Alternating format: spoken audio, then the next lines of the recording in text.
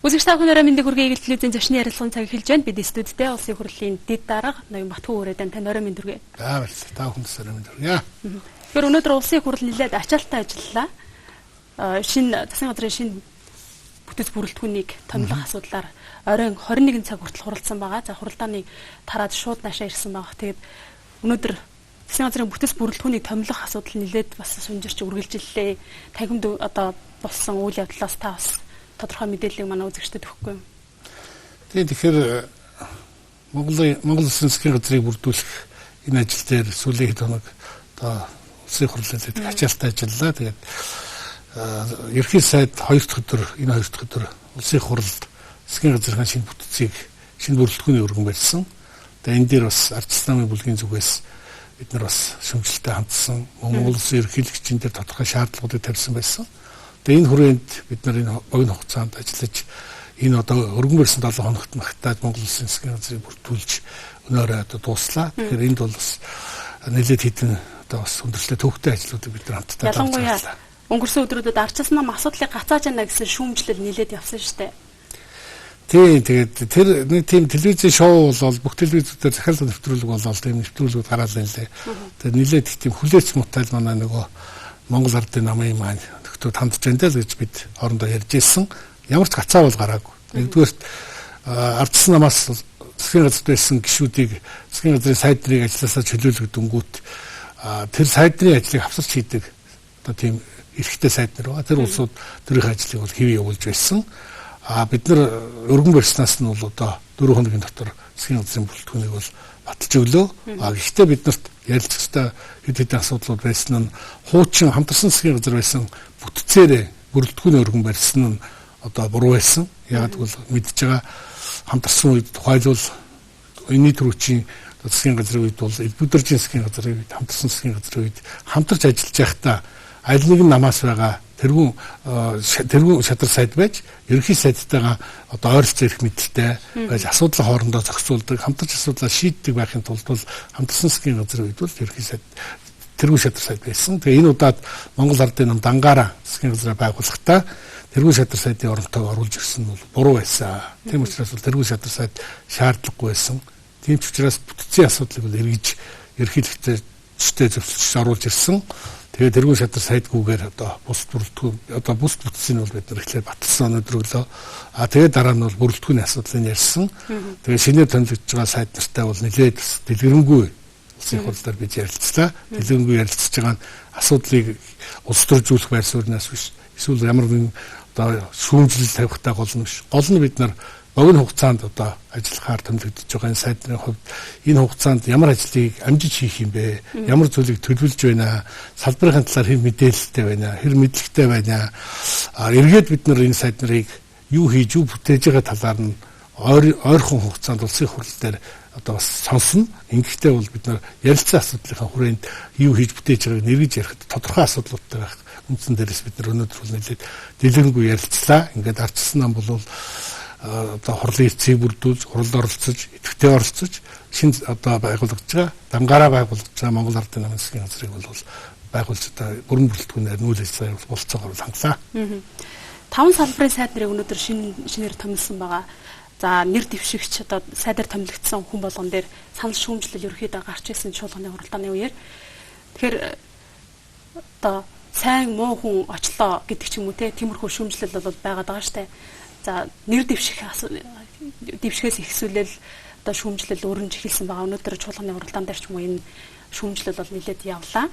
За ялангуяа одоо төрийн нарийн бичгийн дарга одоо шууд сайдад ороод ирлээ ч юм уу намын одоо ерөнхий нарийн бичгийн дарга нь бас сайд нэр одоо дэвшгээр ингээ яригдчихсэн гэх мэтлэнгээр энэ дээр та бас байр суурь илэрхийлэхгүй юу? Тэгэхээр бид нар ер нь улс төрчгөөсөө илүү аль нэгэн нам, аль нэгэн улс төрч нь илүү ашиг хонжоо олж нэр хүндтэй болох гэдэг ч юм уу. Ухаантай одоо дүр төрхийг телевизэн дэлгэцэн дээр гаргахаас илүү бид нар Монголын улс төрд бол сайн жишг жайгийг бол тогтоох ёстой л доо. Тухайлбал Монгол ардын нам тэргүүн шадар сайдтай байна. Тэгвгээр Монгол ардын намын ерхий нарийн бичгийн дарга хөрөлсөхийг төвшүүлж орж ирсэн.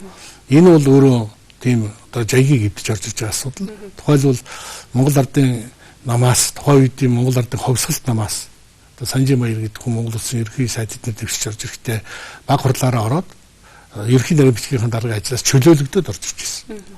Энд бол харагдаж байгаа. Тэр намын ерөнхий нарийн бичгийн дарганы үйл ажиллагаа энэ хүний одоо хэрвээ дэмжигдээд батлагдах юм бол дараагийн их ерөнхий сайдын ажил хоёр бол тусдаа байх нэг нь харагдаж байсан. Гэтэл энэ удаад бол ерөнхий нарийн бичгийн дарга тэр ажлаа гүйцэтгэж байгаа мөртлөө чөлөөлөгдөг мөртлөө нэр дэвшиж орж ирсэн нь бол буруу. Гэхдээ бид нар үүнийхэн төлөө одоо тэргүүн шадар сайдын орон тоог бол байхгүй болгоогүй. Ер нь бол хангаараа засгийн газрын үед бол шаардлагатай гэдэг ийм жишээ үүднээс байгуулсан. Нөгөө талаас одоо төрийн нарийн бичгийн даргууд бас дэвшиж орж ирж байгаа нь бол нэг талаас хүн өөрөө одоо сонголтоо хийгээд ингээд орж ирж байгаа юм шиг мөртлөө нөгөө талаас Монголын улс төрд бидний хамтдаа явуулах гэдэг тэр чиглэл хандлагыг одоо эвдсэн ийм жишээ болж орж ирж байгаа. Юу хэлээд байна вэ гэхээр Монголын төрийн алба гэдэг бол өөрөө төрийн алба шиг алба байдаг. Улс төрөөс хамааралгүй байдаг. Нам бус байдаг. Аль нэг намаас хамааралгүй. Аль нэг намд илүү үйлчлдэггүй. Зөвхөн ард түмэд үйлчлдэг ийм л засаглалын төлөө бид явж байгаа. Тийм учраас төрийн албанд ажиллаж байгаа бүх хүмүүсийг бид нар тангараг өргүүлээд намаас нь төдгөлзүүлээд бид нар зөвхөн төр ард түмний хөдөлгөөн ажиллана гэдэг ийм одоо тангарагтай улсуудыг ажиллуулж байгаа мөртлөө улсын хурлд оруулж танилцуулахдаа тухайлбал манай намын сайн бэлдсэн боловсон хүчнүүдээ төрийн нарийн бичгийн даргууд гэж оруулж ирж байгаа нь агуулгаараа буруу юм аа. Тийм. Тэгэхээр энэ дээр бол бид нар цаашдаа бас бодох ёстой.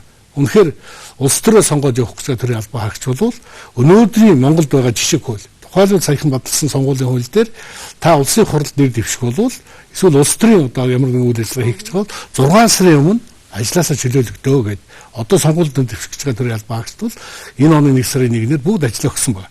Агт төрийн нарийн бичгийн дарга хүн ажиллаа өгөхгүй байж байгаа. Тэр ажил албан тушаалаас чөлөөлөгдөхгүй байгаа мөртлөө чөлөөлөгдөлгүй байж байгаа төрийн албан тушаалд хаагчаас шууд улс төрийн албан тушаалд сайд дэвшээ сайд болчоод тэгээ дараа нь улсын хурлд дэвшсэн гэдэг бол өөрөө тэр бол бусад улсуудаас ийм жишгийг эвдсэн тийм одоо зүйл болж байна гэж арчсан нам бол хэлээд тэгээд ихний үед бол бидний асуудал нэлээд ярилцсан. Тэгээ нэгэнт одоо ерөнхий сайд би өөрийнхөө одоо бүрэн эрхийн даваа хүнээ оруулж ирж байна гэж байгаа учраас тэр хүнийг бид нар оруулж ирсэн. Хэлцэгт нь бид нэр эрчийг бүрдүүлсэн.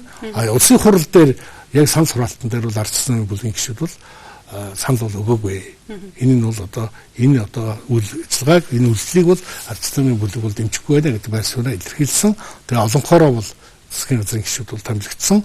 Тэгээ олонхороо томилогдсон улсууд үнэхээр одоо ерөнхий сайдын санал болгосон тэр одоо хамгийн тэргүүний салбарынхаа одоо Монгол ардын намын сайн болгосон хүч гэж байгаа улсууд цаашдаа үнэхээр энэ салбартаа сайн ажиллах юм бол бид нар мэдээ дэмжиж ажиллана. Дэмжиж санал өгөөд утгаараа бид нар ямар нэгэн тэр улсуудын үйл ажиллагаа саад болохгүй. Харин муу ажиллах юм бол эргээд бид нар засгийн газартай, ерөнхий сайдтай, тухайн сайдтай бол хариуцлага тооцож ажиллана гэдэг арчсан намын гишүүд өнөөдөр чуулганы оролдоон дээр бол ойлгомжтой илэрхийлсэн. Өнөөдөр та бүхэн одоо засгийн газрын бүтэц бүрэлдэхүүнийг одоо батлах асуудлын зөвхөн нэг хэсэг тий сайд нарыг томилох асуудлыг шийдвэрлэлээ, амьсгаа авлаа.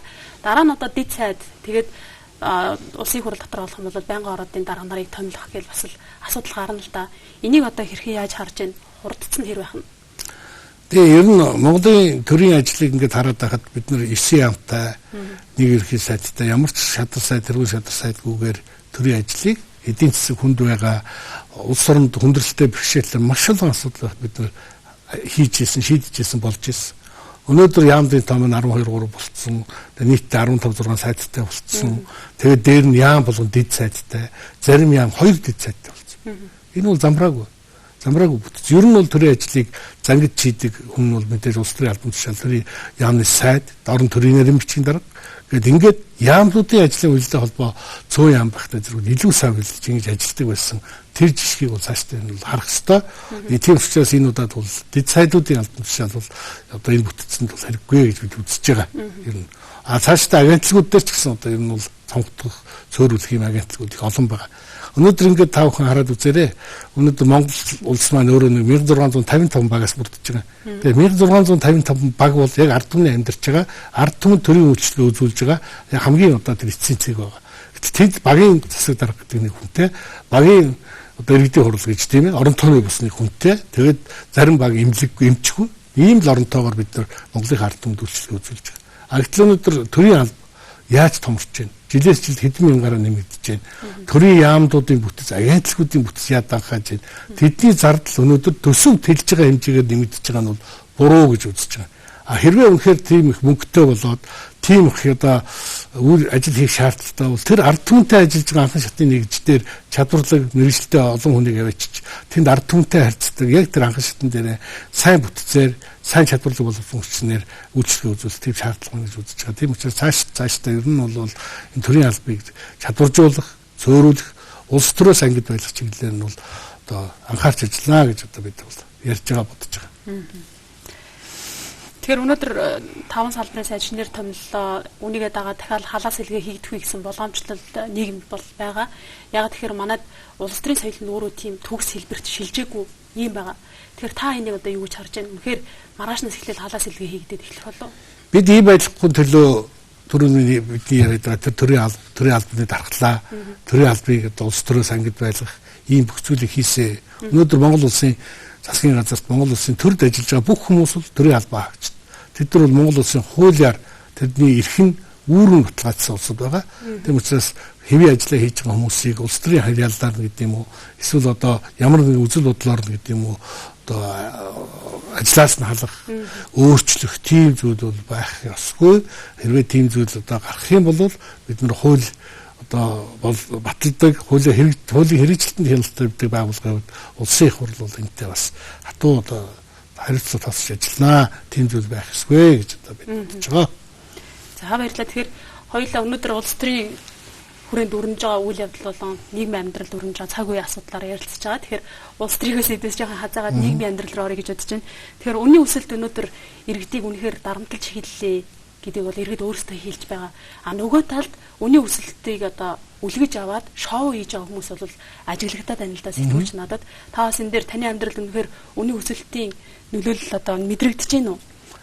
Тийм, ер нь бол үн өсөж байна, үн өсөх гэж байна гэдэг тийм одоо цуу яриа, хэвлэл мэдээлэлээр бас тийм мэдээллүүдийг урьдчилж явуулаад тэгээд тэр одоо бусад шатхуун эрчим хүчний үнийг дагаж бараа бүтээгдэхүүний үнийг одоо замбрааг өсгдөг ийм одоо үйлдэл бол нүдэн дээр ил харагдаж байгаа. Тухайлбал одоо нодон жил намар бэлдээд зойрон тавьчраа хадгалсан махны үн өнөөдөр тэр зойрноос магадгүй дэлгүр хүртэл тээвэрлэхэд 1 кг махан дээр 20-30 төгрөг нэмсэх нь байхыг бол үгүйсэхгүй нэмэгдсэн байхыг. Яагаад 2-3 мянган төгрөгөөр хүний нэмээд байна? Энийг би ойлгохгүй байна. Нодон намар тариагаа хураагаад удаага урлагийнхаа үйлдвэрийн одоо складын давчраа хийцсэн гурилын үйлдвэрүүд өнөөдөр эрчим хүчний үн нэмэгдээгүй байна, тийм ээ. Тээврийн зардал дотоод тэр гурил болгосон бүтээгдэхүүнээ дэлгүүрлүү тээвэрлэдэг зардал жоох нэмэгдсэний төлөө ягаад нэмээд байна? Тэгэхээр энэ бол нэг тийм хөөрөгдөл байна. Нэг талаасаа хөөрөгдөл байна. Тийм учраас энийг зохицуулдаг механизмууд байдаг. Үүнийг зохицуулдаг хяндаг механизмууд байдаг. Энд бол төрөл оролцох ёстой. Төр оролцсон гэдэг нь төр өөрөө шатгууны нийлүүлдэг, төр өөрөө гурилын нийлүүлдэг, төр өөрөө далахын үйлдвэрлэдэг байсан. Тэр цаг үеийн тухай зарим хүн иргэд саналцаад агшиг байгаа. Тэр цаг үе бишээ. Өнөөдөр төр түүнийг зохицуулдаг эдийн засгийн эрх зүйн механизмуудыг өнөөдөр хууль эрх зүйн талаас бид нар бүрдүүлээд өгсөн шүү дээ. Шудраг өөрсдөө хэрэглэгчийн төлөө газар гэж байна. Мэргэжлийн хяналтын байгууллагууд байна. Төрийн бодлогын яамдууд байна. Тэр бодлогыг хэрэгжүүлдэг агентлагууд байна. Тэр улсууд, тэр нүсэр аппаратууд өнөөдөр ажиллаа хэмээр байна. Тэр улсууд ажиллаа хийх ёстой. Ажиллаа хийхгүй байж байгаад үн хөргдүүлчихэд тэгээд түүний араас нь одоо нөө ашиг яасан нэрвсний дээр ашиг өгчээр одоо баахан улс төр хийж, шоу хийж, хурал хийж, баах улсуудыг цуглуулж, байцааж, явж, тийм ээ, зөвтгөж, буруутгаж явах нь бол буруу шүү дээ. Тэрийг байнгын хэрэгдлийг зохицуулдаг тэр механизмууд байгаа.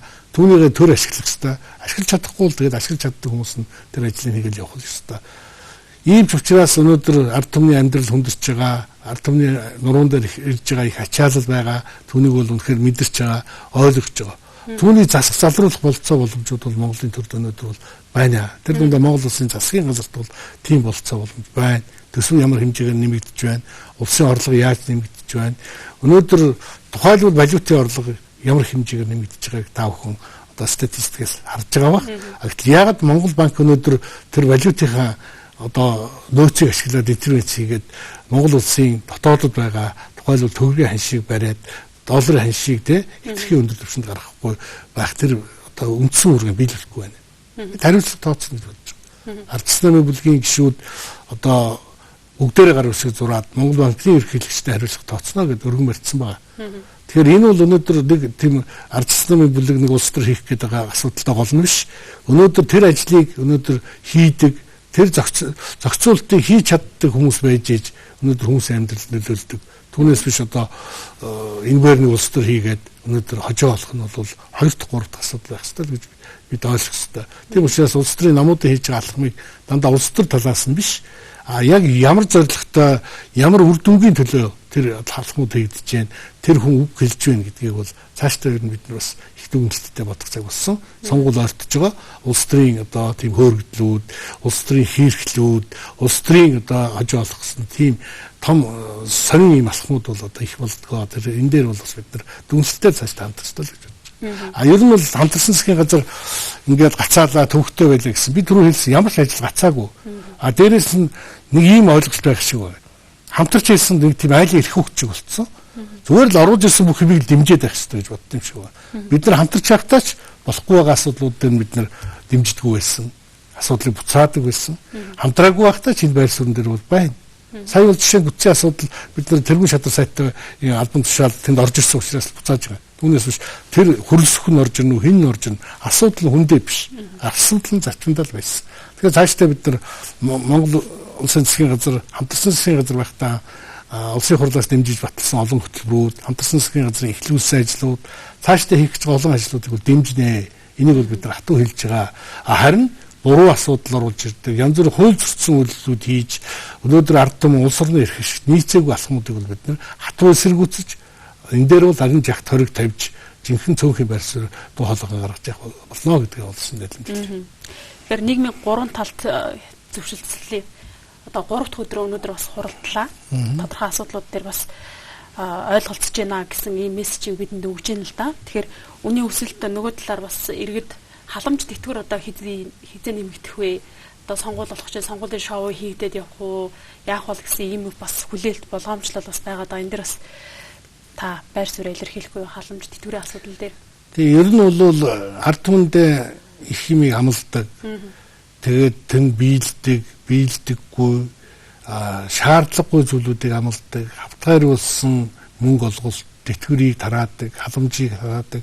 Энэ асуудлаас бид нар татгалзъя гэж аль аль нам парламент судалтай намууд парламент сууж байгаа гишүүд бол шийдсэн. Тийм учраас бид нар төсвийн доктортой байдлын тухай хууль гэж маш сайн хууль баталсан. Энэ хуулиараа энэ бүх зүйлийг сонгуул энэ зүйлийг зохицуулж байгаа. Түүний дээр бас сонгуулийн тухай хуулиараа бид нар их олон зохицуултуудыг хийсэн.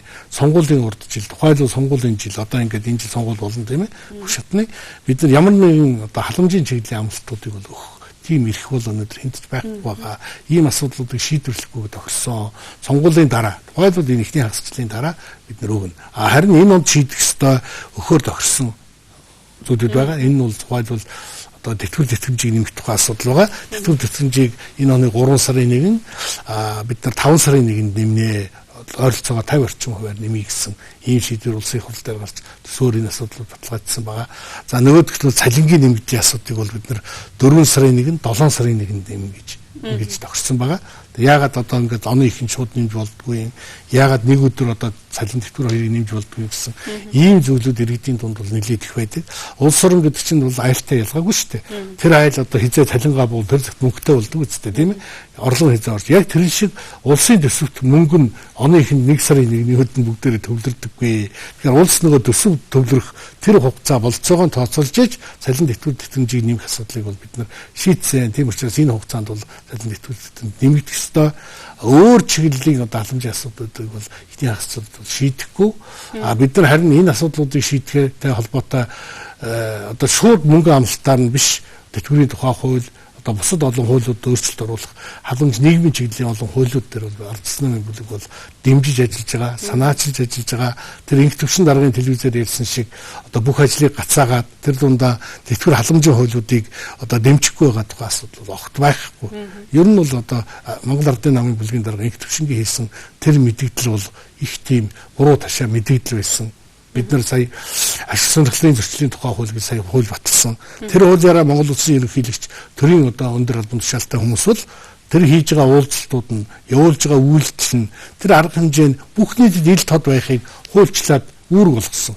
Яг тэр өөргийнхээ дахин Монгол Улсын ерөнхийлөгч засгийн газрын гишүүдийг авч одоо ажиллаж байсан тухайн үед ажиллаж байсан засгийн газрын гишүүдийг нэр дэвшижсэн гишүүдийг авчиж байгаа өөрийнхөө үзэл бодлыг өөрийнхөө саналыг хэлсэн. Тэгээ энэ бол ямар нэгэн телевизийн өмнө явуулсан шоу гэдэг юм уу тийм утгаар нь хэлж болохгүй. Ягаад гэвэл Монгол Улсын ерөнхийлөгч ардчилсан намаас нэр дэвшиж ерөнхийлөгч болсондоо гол нь биш. Монгол Улсын ерөнхийлөгчд бол Монгол Улсын төрийн тэргүүн. Тэр хүний нэр төд халдах, тэр хүнийг хутаанд оромжлох, тэр бүх үйлдэлийг Монгол Улсын үндсэн хуулиар бол хатуу хуульчилж гисэн байдаг. Тэгэхээр хүн толгоогоо зогсож байгаа шиг төрийнхэн тэргүүнийг одоо муу хэлээд төрийнхэн тэргүүний хийж байгаа хуулийн дагуу хийж байгаа үйлдэлийг ямар нэгэн байдлаар одоо буруу ойлголт өгөхөөр ингэж сурталчилна гэдэг бол өөрөө хууль зөрчсөн үйлдэл гэж бид нар бас харамсаж байгаа. Зүгээр ерөнхийлөгчийн хувьд одоо ерөнхийлөгч тийм шийдвэр хэлж гарсан учраас ардчилсан намын бүлэг түүний дагаад ингээд ийм асуудал шийдлээ энэ төр гэж зарим газар зарим хэвлэл мэдээлэлээр ярьж байна лээ.